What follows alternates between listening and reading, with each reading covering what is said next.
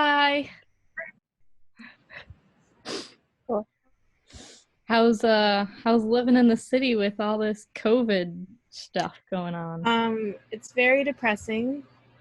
Um, I got sick on March 21st. Hmm. I actually got like mild symptoms of it.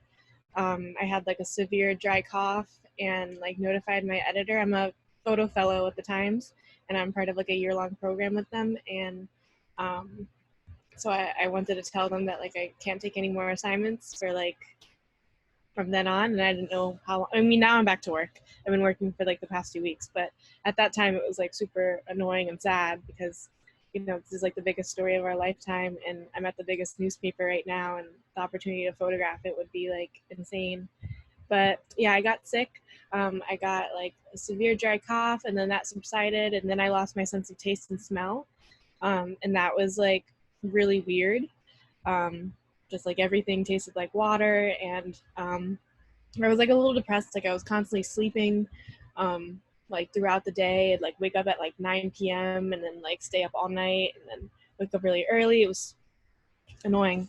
But my editors like gave me the opportunity to like kind of photograph what my quarantine looked like. So there's like a project coming out soon on the 26th that like different photographers they approached like photographing what their quarantine looks like. And mine was like special because I was actually sick. All the other photographers are kind of just like healthy indoors, but I had to like eat in separate rooms in comparison to my mom, and my mom was constantly like disinfecting our doorknob, and um, I could only like really go outside just like walk my dog and stuff. So it was annoying, but at least I was able to like photograph some things, and I like turned the camera onto myself and like did like these self portraits and stuff. Um, yeah, I mean things are like weird. Like people like walk around you as if like you have like the bubonic plague, you know. And like Hmm. there's a lot of negative energy around New York, and all the stores are closed, all the businesses, a lot of restaurants. Um, I had like the opportunity to, I started photographing the coronavirus coverage like in the beginning of March, like right when it like sort of began, and that's probably the reason why I got sick, probably because like no one really knew what was happening, so we weren't taking as like precautious protocol, I guess. Um, but yeah, I met like a lot of restaurant employees who like lost their job, and they were like super unsure as to what was happening, just like everyone was in the beginning. And now, and like the person that I met, he was like an undocumented immigrant, so he was like super nervous and worried as to like what his future held, and like he only had like $200 in a savings account, and he lives in like a shared room with like the lady in the Bronx. Um, and so so yeah, I would do like a whole bunch of different like stories around the virus in the very beginning, um, and now all my coverage is on the street, and only a couple times do I get like am I focusing on like a specific sort of like story, but usually I'm just kind of doing like feature hunting, and I wake up at like 6 a.m. and I have to like walk around the neighborhood and just shoot whatever I see, and then I file throughout the day.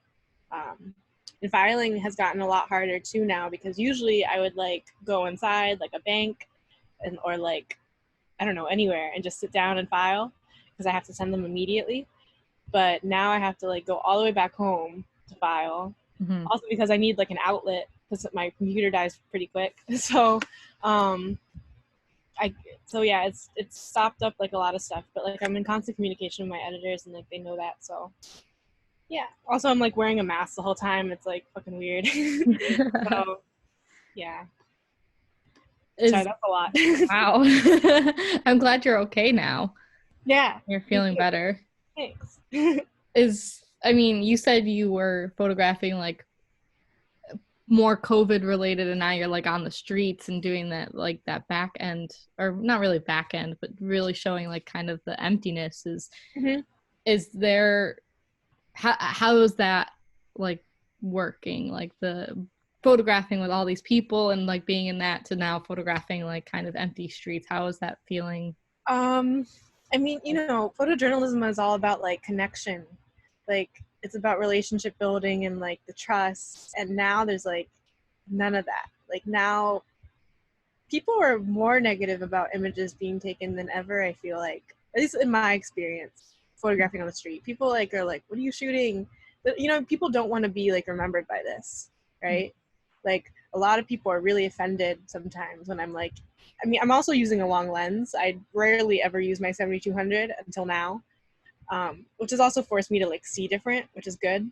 But like now I kind of feel like an AP photographer, that sort of like look, you know, of like being a surveillance person. But yeah, people don't want to be remembered by this. Like people don't want to be looked at having like masks and shit on their face. You know, it's like it's weird. But yeah, there's like a loss of like connecting to the people that you're photographing because you're kind of just like you're just shooting, you know, whatever.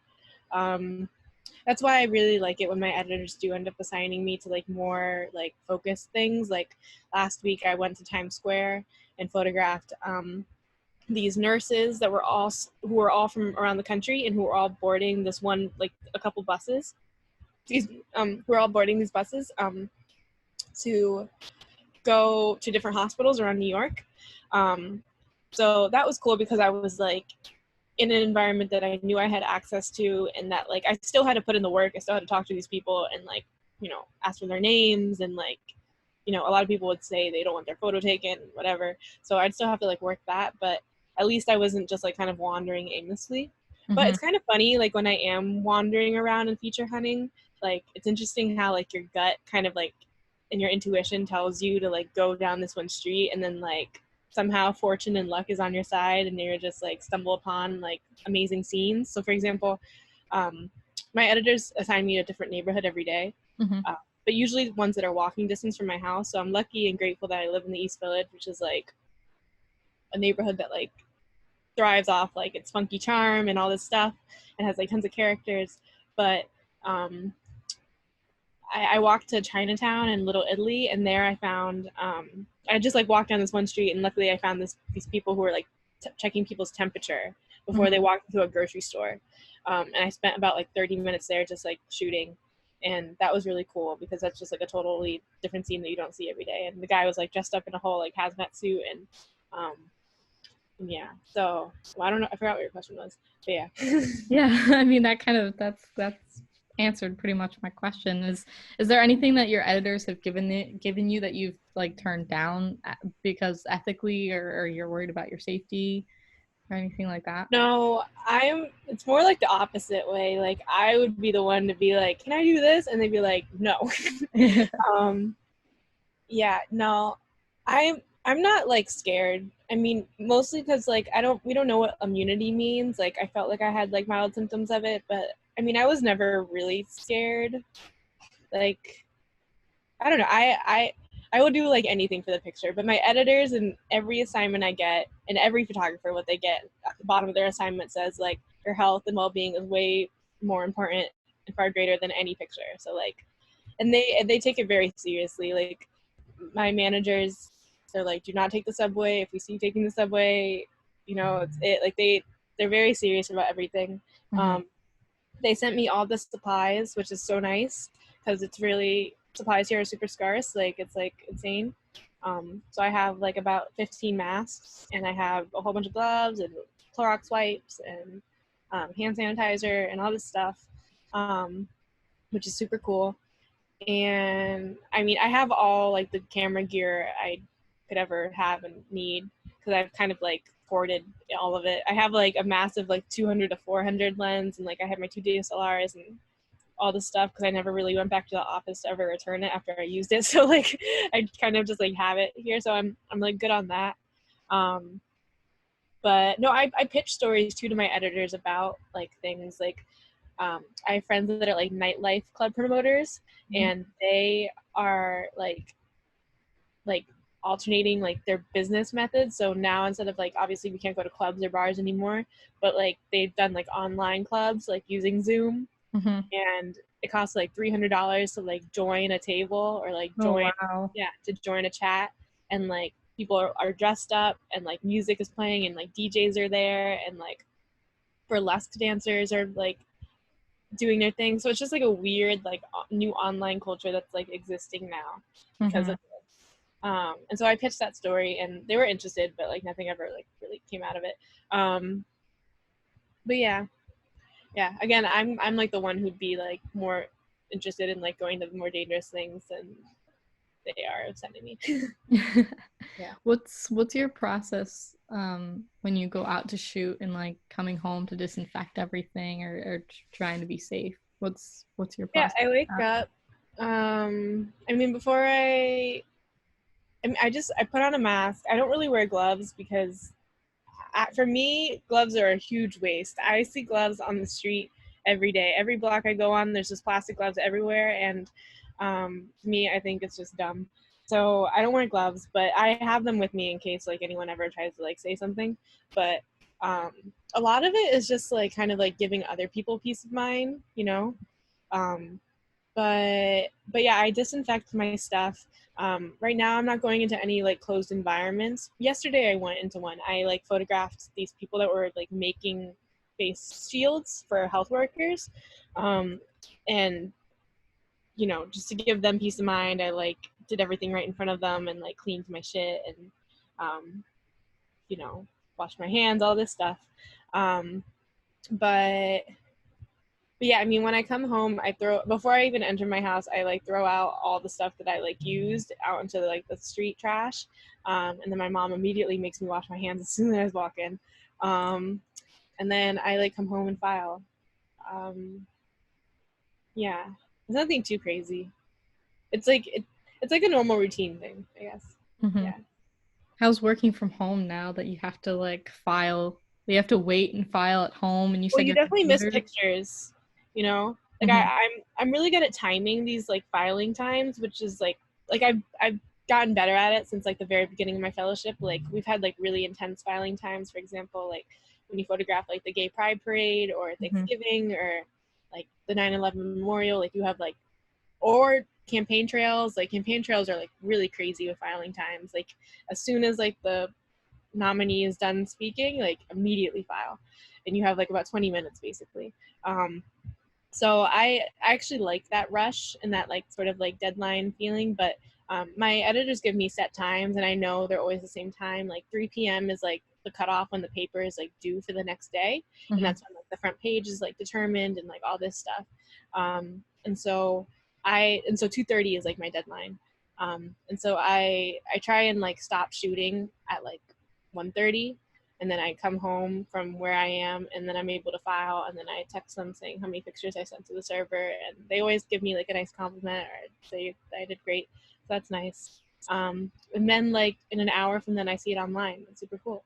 Um, Yesterday, I was like on the front page of the homepage, which was really cool. I had like two pictures back to back, Mm-hmm. and that was nice.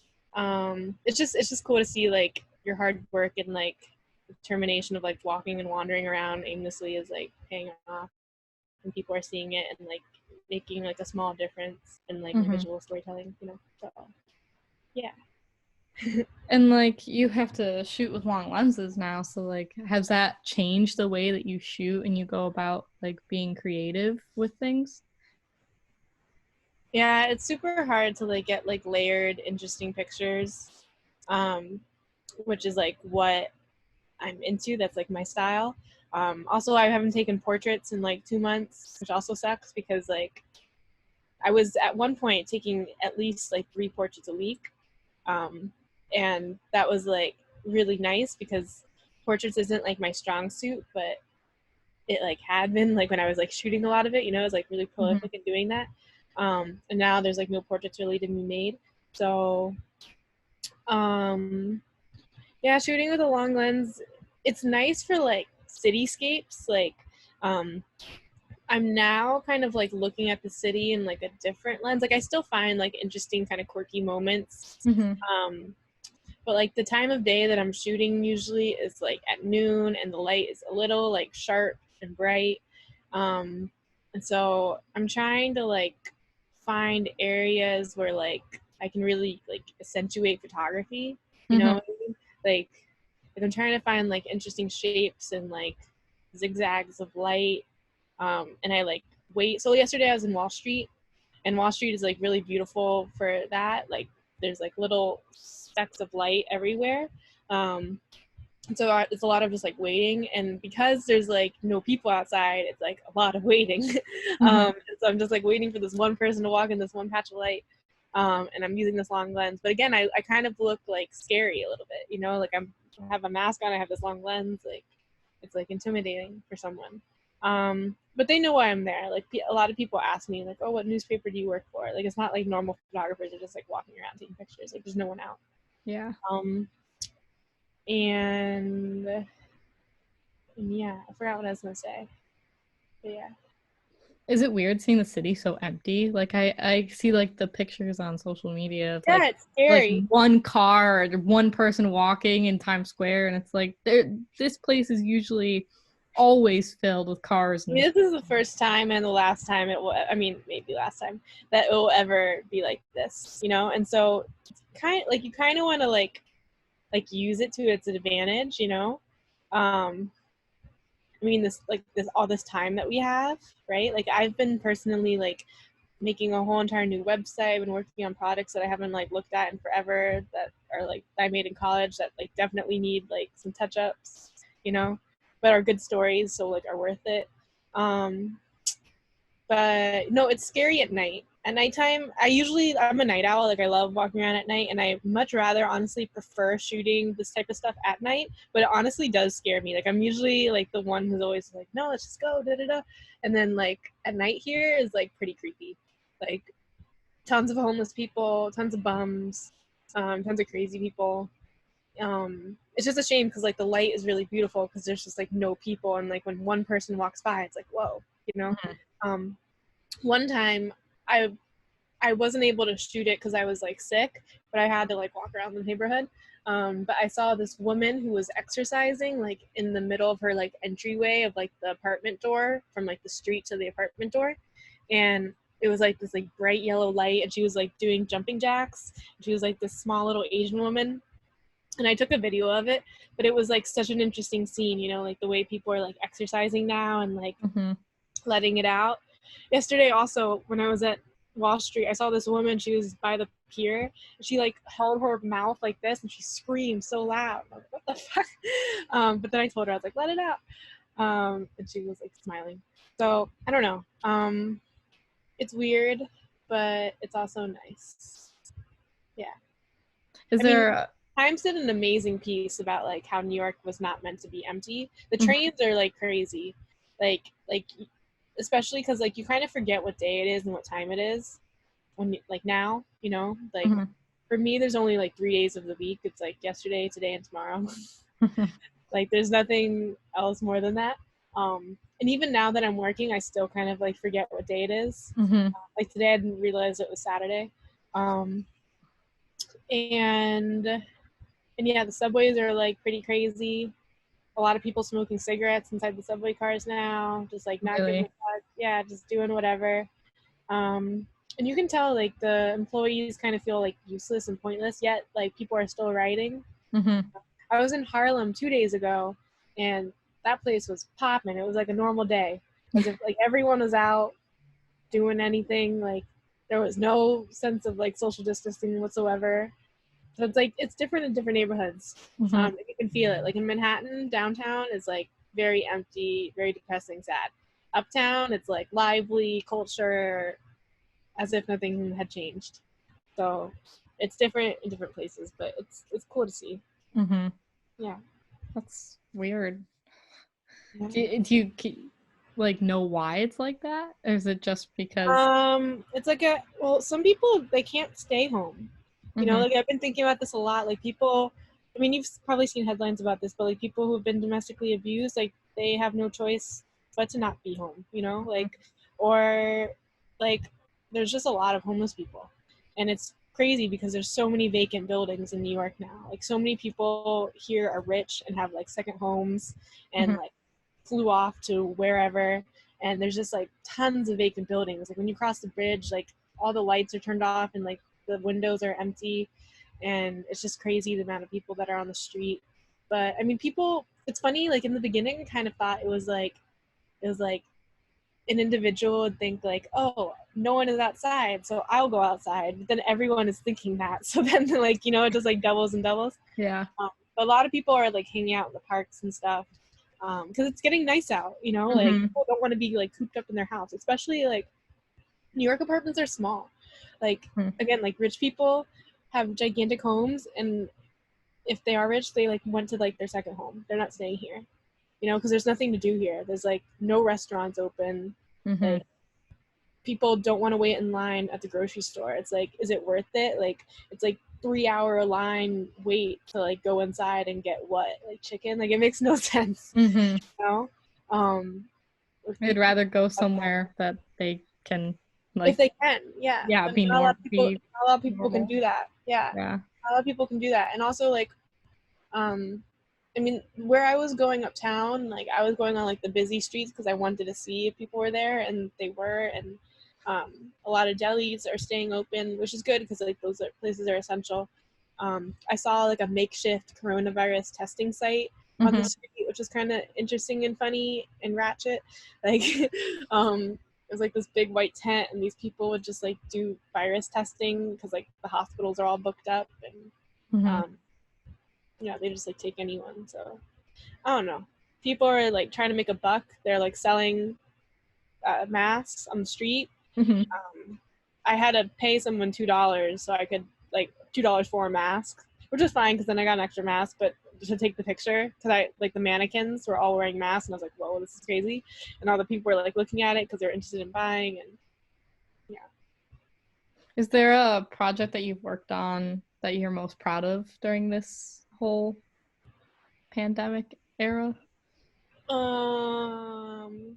Yeah, I did one of my first stories that I did about the virus was this wedding that got rescheduled because the husband wanted to put his wife on his health insurance plan. And they were like germaphobes, and they didn't want, they didn't know like what was going to happen. Like they wanted to get married, but they knew like their family and everyone wouldn't be able to come because of all the travel restrictions and everything. So I kind of did like a day in the life of them, and we well, not day in the life, but like they got married, and I photographed like behind the scenes stuff, and like there was a wedding photographer there, so I worked around her. And that became like a front page story, which was amazing. That was like my 4th front page, which is cool. And that was fun. It was funny, like the mom was like, you better get us on the front page. And I was like, haha. And I didn't think it was going to happen. Like I thought this was like a very small story, and I didn't know it was going to be like that big. It was cool. Otherwise, I'm pretty proud of like what I've been able to find, like just wandering around. In the beginning of my fellowship, one of my favorite assignments was feature hunting for the heat wave when it was like 104 degrees out, and like how people were cooling off. That was really fun because I was able to go to like pools and like fountains and just like and find like open hydrants and stuff, and just see stuff like that, and like melting ice cream and whatever. And those like natural kind of like daily life moments are like really nice to find. But those assignments are very rare to just like kind of like freely like wander and like get paid for it. Like it's super cool. So to do that now is like amazing. But it is very tiring. Like every day I'm like super exhausted, mostly like mentally, just because of like the outside stress. Like everyone is like stressed, and it's like so it affects me because like I don't want to photograph people who are like sad and depressed. You know what I mean? Like you have to. So yeah. At least you're getting your exercise because you're walking everywhere. Yeah, and I'm biking too. I have a bicycle. So like sometimes if I know like something is like all the way up on like 30th Street, like I'll just bike. I'd rather do that than like take the subway and walk to the train with my camera gear. It's like too much. Yeah. So it's kind of cool living the dream with like having a bicycle and like having my camera. That's like what I've always wanted. Yeah. And the streets are empty, so you're not worrying about like cars getting in your way, or you having to watch out for the cars or people walking. So now's the perfect time to do that. Yeah, for sure. Well, thank you for talking with me. I'm glad you're feeling better. Thank you. Yay. Yay. Awesome. All right. All right. Thank you. Bye.